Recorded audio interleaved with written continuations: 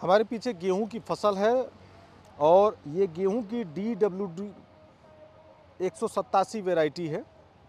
ये वैरायटी करनाल की है और इसी तरह की यहाँ पर करीब 16 अलग अलग वैरायटियाँ हैं। चूँकि आप समझ रहे होंगे कि ये किसान का खेत नहीं है, ये कृषि विज्ञान केंद्र है और कृषि विज्ञान केंद्र में अलग अलग वैरायटियों का प्रदर्शन किया जाता है। किसानों को यहाँ पर सिखाया जाता है, बताया जाता है और फिर यहाँ बीज उत्पादन करके उनके बीच में वितरण भी होता है।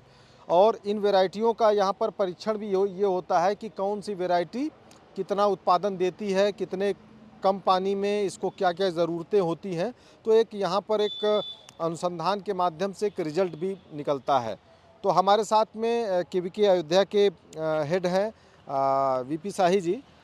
थोड़ा सा बताइए सर कि किस तरह की वैरायटी है और कितना उत्पादन कैसा रहता है इनका। देखिए, कृषि विज्ञान केंद्र ने 16 प्रजातियां लगाई थी। DBW 187 आप देख सकते हैं और इसकी उपज की बात करें तो 60 से 65 कुंटल है, लेकिन उपज क्षमता बात करेंगे तो 81-82 कुंटल इसकी पैदावार आती है। और जो बात होती है कि कितने दिन में, तो समय से बुआई की नवंबर के सप्ताह में बुआई की जाती है। और इस समय जो सबसे अधिक अगर हम क्षेत्रफल की बात करते हैं जो अयोध्या जनपद में, तो काफ़ी क्षेत्रफल में जो 29-67 लगती थी उसको रिप्लेस 187 कर रही है। इसी तरह आप आगे देखेंगे एक करनाल से ही DBW 252 है। इसका भी अगर पैदावार की बात करते हैं तो 55 से 60 कुंटल है और 135 से 140 दिन की फसल ये है। और आप इसमें एक खासियत है, इसमें हम 2 पानी भी देंगे तो इसकी पैदावार अच्छी होती है। किसान इसको आते हैं कि कृषि विज्ञान केंद्र में कि सभी प्रजातियों का बीज इसलिए लगाया जाता है कि किसान आकर के देखे और अगले साल कौन सी हम प्रजाति उसके अनुकूल लें। आगे आप देख सकते हैं DBW 303 है, ये भी करनाल से विकसित की गई प्रजाति है और ये भी लगभग हमारा 60 कुंटल पैदावार है और 135 से 140 है। ये जितनी प्रजातियां हैं ये समय से बुआई की जाने वाले। आगे आप देख सकते हैं ये DBW 3 जो आजकल बाय करते हैं कि बायो फोर्टिफाइड, तो DBW 371 है और ये इसमें जिंक और प्रोटीन होती है कि बायो फोर्टिफाइड की प्रचलन है कि हमें जिंक और प्रोटीन का है। इसी तरह पंजाब एग्रीकल्चर से विकसित की गई प्रजाति है, आप देखेंगे PBW ZN-2। ये भी काफ़ी पंजाब एग्रीकल्चर विश्वविद्यालय से अभी नवीनतम प्रजाति विकसित की गई है जो बायो फोर्टिफाइड है और लगभग 157 से 58 दिन में ये हमारी पक के तैयार होती है। इस समय आप देखेंगे कि जितनी हमारी गेहूं की प्रजातियां सब पक के तैयार हुई हैं, अब हार्वेस्टिंग किया जाए कि अगले किसान इसको आकर के देखें। एक चीज़ और भी बता दूं कि जिस तरीके से देख सकते हैं कि यहीं बगल में ये सफ़ेद रंग की बालियां हैं और किसी की गोल्डन बालियां हैं, मगर ये लाल रंग की बाली है।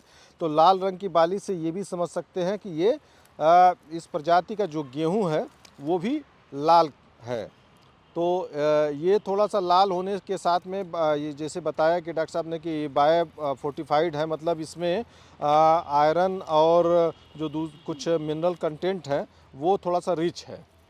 तो आप आके देख सकते हैं नरेंद्र देव कृषि विश्वविद्यालय से भी हमारी जो प्रजातियां हैं NW 1014 और 5054 2 प्रजातियां थी, वो भी लगाया गया है जो लगभग 40 से 45 कुंटल पैदावार ये प्रति हेक्टेयर के हिसाब से है और लगभग हमारा 130 से 135 दिन में तैयार हो जाती है।